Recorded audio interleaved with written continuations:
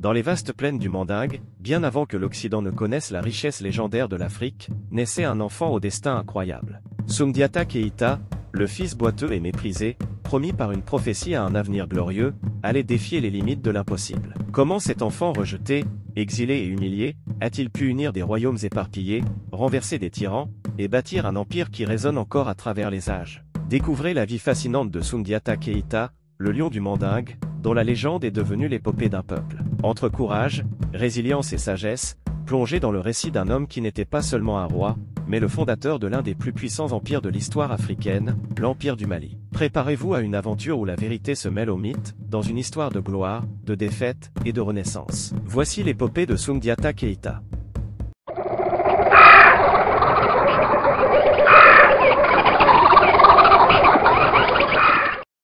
Bienvenue sur Africultura, la chaîne dédiée aux trésors de l'histoire africaine, à sa mythologie fascinante, et aux personnages légendaires qui ont marqué notre continent. Aujourd'hui, nous plongeons dans l'histoire du grand Soundiata Keïta, le fondateur de l'Empire du Mali, un héros dont l'héritage résonne encore à travers les siècles. Il y a près de 8 siècles, dans la région du Mandingue, une terre de mystères et de légendes, les anciens attendaient l'accomplissement d'une prophétie qui changerait le cours de leur histoire. C'est ici, dans le royaume du Mandé, qu'un enfant devait naître. Un enfant pas comme les autres, promis à un destin hors du commun. Selon le docteur Issa Traoré, la naissance de Soundiata Keïta est entourée de récits prophétiques. Selon les anciens griots, un devin avait prédit qu'un enfant faible et malade deviendrait le roi qui unifierait les royaumes mandingues. Cette prophétie inquiétait la cour royale, car elle annonçait aussi que cet enfant viendrait bouleverser l'ordre établi. Le roi du Mandé, Naré Magane Konaté, prend ces paroles au sérieux. Pour lui, la prophétie signifie qu'un fils doit naître de son union avec une femme inhabituelle. C'est alors qu'apparaît Sogolon Kedjou, une femme au visage peu gracieux, mais dotée de dons mystiques. Le roi l'épouse, convaincu que cette union est la clé pour donner vie à l'enfant prédestiné.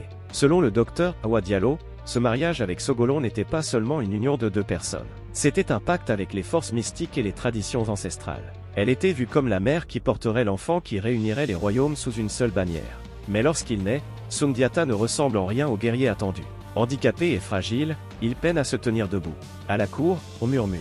Les proches du roi se moquent et doutent de cet enfant annoncé comme le futur roi. Issa Traoré souligne, le jeune Soundiata n'était pas seulement victime de moqueries. Pour certains, son handicap était un signe de malédiction. Mais dans la culture mandingue, les plus grands héros sont souvent ceux que l'on attend le moins. Le jeune prince allait devoir dépasser bien plus qu'un simple handicap physique. En grandissant, Soundiata supporte avec dignité les moqueries et l'humiliation. Il observe, il apprend, et il développe une résilience que personne n'imagine. Mais dans l'ombre, une menace grandit. La reine Sassouma, seconde épouse du roi, jalouse de Sogolon et de Soundiata, manigance pour que son propre fils prenne la place de Soundiata. Sassouma incarnait la force de l'opposition à Soundiata. Dans de nombreuses traditions africaines, l'ennemi se cache souvent dans la famille elle-même. Cette lutte interne est aussi symbolique, elle montre les défis que Soundiata devait affronter pour s'imposer comme un leader au-delà des conflits familiaux. Puis, un jour, contre toute attente, Soundiata se lève. Aidé par un bâton, il fait ses premiers pas, sous le regard émerveillé de sa mère. Ce moment est pour lui la première victoire d'une longue série. Pour le docteur Issa Traoré, ce moment où Soundiata marche est symboliquement puissant dans l'épopée mandingue. C'est le passage de l'enfance à l'âge adulte, de la faiblesse à la force. Pour les griots, ce premier pas annonçait déjà l'ascension de Soundiata vers le pouvoir. Mais alors que Soundiata gagne en force, la jalousie de Sassouma atteint son paroxysme. Voyant en lui une menace, elle l'oblige, lui et sa mère, à quitter le royaume pour l'exil. C'est alors que commence pour Soundiata une nouvelle épreuve, un parcours initiatique à travers les terres d'Afrique de l'Ouest. L'exil n'était pas une fin pour Soundiata. Au contraire, c'était le début d'une transformation. Loin de sa terre, il allait devenir un chef, un stratège, et un symbole de la résistance.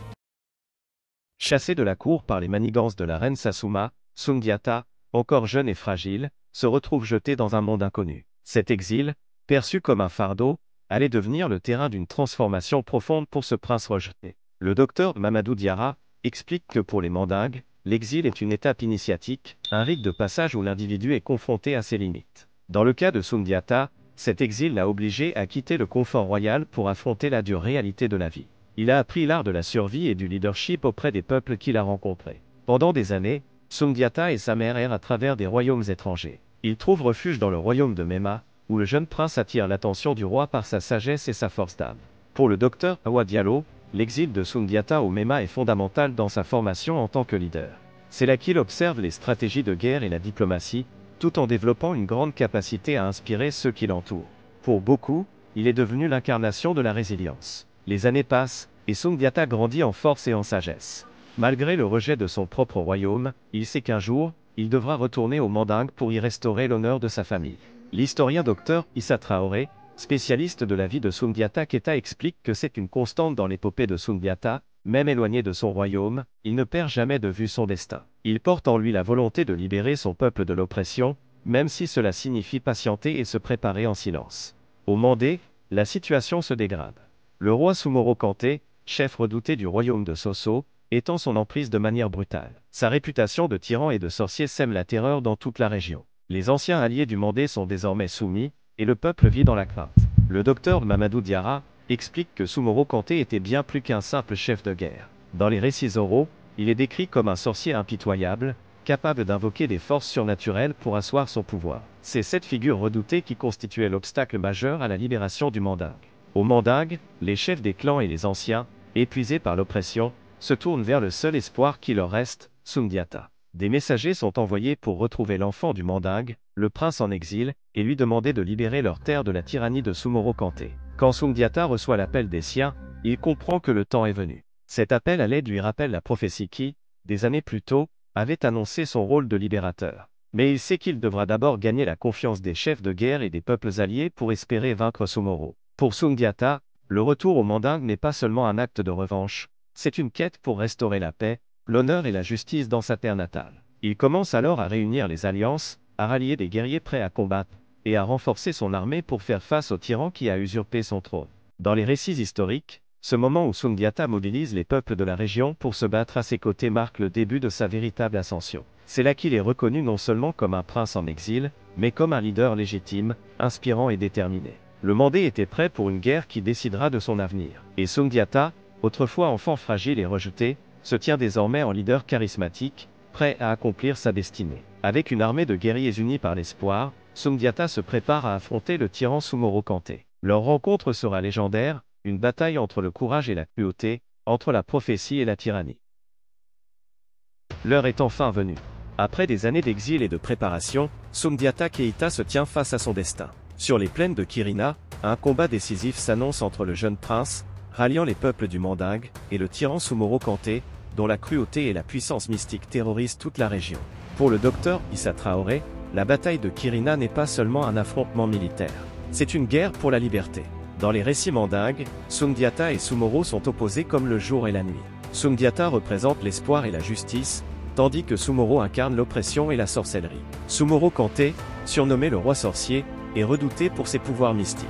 On raconte qu'il posséderait une peau de buffle qui le rend invincible, et qu'il commande aux forces obscures pour protéger son trône. Les traditions orales décrivent Soumoro comme un tyran capable de manipuler les forces mystiques. Pour les Mandingues, cette dimension surnaturelle rendait sa domination encore plus terrifiante. Mais face à lui, Sundiata, avec le soutien des esprits ancestraux, représente la force du courage et de la légitimité. Sundiata, quant à lui, n'est pas seulement un chef de guerre. Il est porteur d'une mission sacrée, guidé par les anciens et soutenu par les griots, les gardiens de l'histoire. Avec ses alliés, il sait que la victoire à Kirina décidera de l'avenir du Mandingue. En réalité, Sundiata avait rallié un nombre impressionnant de peuples et de clans pour ce combat. Il avait su gagner leur respect et leur loyauté, pas uniquement par la force, mais aussi par sa sagesse et sa promesse d'unité. Cela faisait de lui un leader charismatique, presque mythique. La bataille de Kirina est marquée par des combats acharnés. Le bruit des armes, les cris de guerre, et les chants des griots résonnent à travers la plaine. Sundiata combat avec bravoure, défiant le tyran et inspirant ses guerriers. Selon Dr Awa Diallo, dans les épopées, on raconte que Sundiata, au cours de la bataille, a utilisé un stratagème pour affaiblir Soumoro. On dit qu'il aurait percé les secrets de ses protections mystiques, découvrant un talisman qui rendrait le roi sorcier vulnérable. C'est ce savoir, allié à la bravoure de Sundiata, qui lui permet de prendre l'avantage. À mesure que les heures passent, les forces de Sundiata prennent le dessus. Soumoro, voyant son armée reculer, réalise que son règne touche à sa fin. Le roi sorcier prend la fuite, laissant derrière lui son empire en ruine. La fuite de Soumoro est un symbole puissant dans l'épopée de Sundiata. Elle représente la victoire de la justice sur la tyrannie, et l'accomplissement de la prophétie qui avait annoncé l'ascension de Sundiata. Cette victoire pose les bases de l'un des plus grands empires de l'Afrique de l'Ouest. Ainsi, sur les plaines de Kirina, Sundiata Keita marque l'histoire. De prince rejeté, il devient le libérateur tant attendu, celui qui rassemble les peuples du Mandingue sous une seule bannière. C'est la naissance d'un empire, mais aussi d'une légende. Le docteur Mamadou Diarra écrit « La victoire de Soundiata à Kirina est l'acte fondateur de l'Empire du Mali. Elle transforme un chef en unificateur et cimente son héritage comme le lion du Mandingue. Pour les peuples de la région, Soundiata devient un modèle de courage, de résilience et de justice. Mais pour Soundiata, la victoire n'est que le début. Maintenant, il doit consolider son pouvoir, organiser les clans, et faire de son empire un modèle de prospérité et de stabilité. Le lion du Mandingue doit prouver qu'il n'est pas seulement un conquérant, mais un véritable roi. Avec le tyran Soumoro vaincu et l'unité des clans réalisée, Soundiata Keïta doit maintenant gouverner un territoire vaste et diversifié. Après sa victoire éclatante sur Soumoro Kanté, Soundiata Keïta est couronné roi de tous les peuples du Mandingue. Mais son triomphe ne marque pas la fin de sa mission. Maintenant, il doit bâtir un empire, unifier les royaumes, et établir les bases d'une nouvelle ère de prospérité et de justice. Soundiata a compris que pour créer un empire stable, il ne pouvait pas seulement compter sur la force militaire. Il lui fallait établir un système de gouvernance qui respectait les traditions de chaque peuple, tout en les unifiant sous une autorité commune. Cela montre sa vision d'un chef qui aspire à la paix, à la prospérité et à la justice. Pour consolider son pouvoir, Soundiata rassemble les chefs de tous les clans du Mandingue lors de la célèbre assemblée de Kangaba. Là, il établit une charte de gouvernance, connue sous le nom de la charte du Mandé, qui promet la paix, la sécurité et la justice à tous les habitants de l'Empire. La charte du Mandé est l'un des premiers exemples de constitution en Afrique de l'Ouest. Elle garantit des droits fondamentaux, comme la liberté individuelle, la sécurité et la préservation des ressources naturelles. Cette charte montre que Soundiata avait une vision avancée pour son temps, axée sur l'harmonie sociale et la protection de son peuple. Cette charte marque le début d'une ère de paix et de respect mutuel au sein de l'Empire. Pour Soundiata, la vraie force de l'Empire du Mali réside dans la diversité de ses peuples et dans l'équilibre entre leurs croyances, coutumes et traditions. Soundiata a encouragé le commerce et l'agriculture, transformant le Mali en un centre d'échange prospère. Il a compris que la richesse de son empire devait venir non seulement des ressources naturelles, mais aussi de l'activité économique, qui lie les différentes communautés. Le fleuve Niger devient une artère vitale pour l'Empire. Sous le règne de Soundiata, les routes commerciales s'étendent, reliant le Mali aux grandes cités du nord et de l'est. L'or, le sel, et les marchandises locales affluent, renforçant la puissance et la richesse de l'Empire. Soundiata ne s'est pas seulement concentré sur l'économie et la politique. Il a encouragé l'éducation et le respect des croyances religieuses. Bien que les Mandingues pratiquaient majoritairement les traditions ancestrales, Soundiata a permis la coexistence pacifique de diverses religions. Cette tolérance était cruciale pour la cohésion de son empire. Soundiata comprend l'importance des griots, ces gardiens de la mémoire collective. Il leur accorde un rôle spécial dans son empire, leur confiant la tâche de transmettre l'histoire, les traditions et les valeurs du Mandingue à travers les générations. Pour Soundiata, les griots étaient bien plus que des conteurs, ils étaient les garants de l'identité mandingue. En confiant aux griots la responsabilité de transmettre l'histoire, Soundiata assurait que son héritage et celui de son peuple ne seraient jamais oubliés. Écrit le docteur Issa Traoré. Sous le règne de Soundiata Keïta, l'Empire du Mali devient un symbole de puissance, de richesse et d'harmonie. Ce n'est pas seulement un empire prospère, mais un modèle de justice et de paix pour toute la région. Grâce à ces réformes, Soundiata transforme le Mandingue en un royaume qui inspire respect et admiration. Soundiata a su transformer son rêve en réalité. Il a bâti un empire solide et juste, où chaque peuple avait sa place, et où la prospérité de l'un profitait à tous. L'Empire du Mali restera dans l'histoire comme l'un des plus grands empires africains, non seulement par sa taille, mais par les valeurs qu'il a portées. À travers son courage, sa sagesse, et son sens de la justice, Soundiata Keïta a transformé le Mandingue. De prince exilé à roi légendaire, il a su incarner l'espoir de tout un peuple et poser les bases d'un empire qui influencera l'Afrique de l'Ouest pour des siècles. La mort de Soundiata Keïta, le fondateur légendaire de l'Empire du Mali au XIIIe siècle, est entouré de mystères et de récits mythologiques. Les circonstances de sa mort varient selon les sources, mais certaines versions rapportent qu'il serait mort dans une bataille en menant une expédition contre un ennemi ou qu'il aurait trouvé la mort dans un accident, après avoir été attaqué par un buffle ou même noyé dans le fleuve Sankarani. D'autres récits, plus mystiques, racontent qu'il aurait disparu, laissant son peuple avec la certitude qu'il continuerait à veiller sur eux depuis le monde des esprits. L'héritage de Soundiata perdure bien après sa mort, à travers les rois et les descendants qui continueront son œuvre. La mort de Soundiata marqua la fin d'une époque, mais son héritage se poursuivit à travers l'Empire du Mali, qui devint l'un des empires les plus puissants et influents de l'Afrique de l'Ouest. Son fils, Mansa Wali Keïta, lui succéda et continua l'expansion et le développement de l'Empire. Quant à Soundiata, il fut immortalisé dans les épopées mandingues, et son histoire est encore contée aujourd'hui comme celle d'un roi sage, courageux et inspiré par le destin. Après le règne de Soundiata, l'Empire du Mali atteint une ère de splendeur sans précédent. Ce que le lion du Mandingue a bâti ne se limite pas à un simple royaume, c'est un modèle de paix, de prospérité et d'influence culturelle qui rayonne bien au-delà des frontières africaines. Le docteur Awa Diallo souligne que l'héritage de Soundiata ne s'arrête pas à son règne. Grâce à lui, l'Empire du Mali est devenu un centre incontournable du commerce et de la culture en Afrique de l'Ouest. Il a ouvert la voie à des dirigeants comme Mansa Musa, qui continueront à renforcer et à enrichir cet héritage. L'Empire du Mali devient l'un des plus grands carrefours commerciaux du monde médiéval. L'or du Mali, en particulier, fait la renommée de l'Empire. Sous les successeurs de Soundiata, les marchés et les caravanes prospèrent, reliant le Mali aux empires d'Afrique du Nord, du Moyen-Orient, et jusqu'en Europe.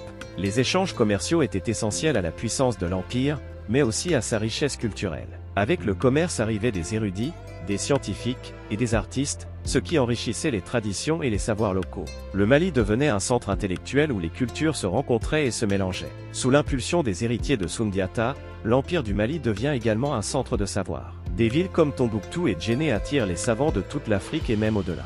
Dans ces écoles et bibliothèques, la science, la philosophie, la théologie et la littérature fleurissent. Tombouctou est devenu le symbole de cet âge d'or intellectuel. On y trouvait des milliers de manuscrits, témoins d'un savoir accumulé depuis des siècles. Ces documents abordaient des domaines variés, allant des mathématiques à la médecine en passant par l'astronomie et la poésie. Cet âge d'or n'aurait pu exister sans l'œuvre fondatrice de Soundiata. Sa charte, basée sur la justice et la tolérance, a permis à des générations de vivre en harmonie, de prospérer et de développer un empire où les savoirs et les cultures coexistaient. Le système de gouvernance mis en place par Soundiata a inspiré une longue période de stabilité. La charte du Mandé, par son respect des droits et de l'harmonie sociale, a été adoptée et respectée par ses successeurs, renforçant l'empire et favorisant sa prospérité durable. Cette stabilité a permis aux gens de vivre en paix et d'évoluer dans un environnement prospère. Les artistes, les musiciens et les griots jouaient un rôle central dans la préservation de la culture et la transmission de l'histoire, rappelant à chaque génération le parcours et les sacrifices de Soundiata. Les griots perpétuaient la mémoire de Soundiata et de ses valeurs. À travers l'épopée, les peuples du Mandingue apprenaient non seulement leur histoire, mais aussi les leçons de courage, de persévérance et d'unité. C'est grâce à eux que l'héritage de Soundiata a survécu jusqu'à nous aujourd'hui. Ainsi, l'épopée de Soundiata continue de résonner à travers les siècles, comme un guide moral et spirituel pour les peuples du Mali et au-delà. Bien plus qu'un simple conquérant, Soundiata Keïta est devenu un symbole, un héros éternel, dont l'empreinte perdure bien après son règne. Aujourd'hui, l'épopée de Soundiata nous rappelle la grandeur de l'Afrique de l'Ouest médiévale et les valeurs qui ont forgé l'Empire du Mali. Son histoire est plus qu'une légende, c'est un témoignage de la résilience et de la sagesse des peuples du Mandingue. L'Empire du Mali, fondé par Soundiata, est un exemple de la puissance et de la richesse de l'histoire africaine. Un héritage qui inspire encore aujourd'hui, un modèle de gouvernance, de justice et d'humanité. Soundiata Keïta, le lion du Mandingue, restera à jamais dans les mémoires comme le père de l'Afrique de l'Ouest médiévale, un roi dont l'épopée traverse le temps. Soundiata Keïta a donné naissance à un empire dont les valeurs ont transcendé les âges. À travers les récits, la mémoire et les traditions, l'histoire de ce roi légendaire continue d'inspirer et de renforcer l'identité des peuples mandingues et africains. La légende de Soundiata est bien vivante, et elle nous rappelle les richesses de notre passé collectif et les leçons intemporelles de la résilience humaine. Merci d'avoir suivi cet épisode d'Africultura. Si l'histoire de Soundiata Keïta et la richesse de notre héritage africain vous inspire, abonnez-vous pour découvrir d'autres légendes et figures historiques qui continuent de façonner notre identité. N'oubliez pas de laisser un commentaire, en donnant votre avis sur la vidéo et un like si la vidéo vous a apporté un plus. À bientôt pour de nouvelles aventures au cœur de l'Afrique.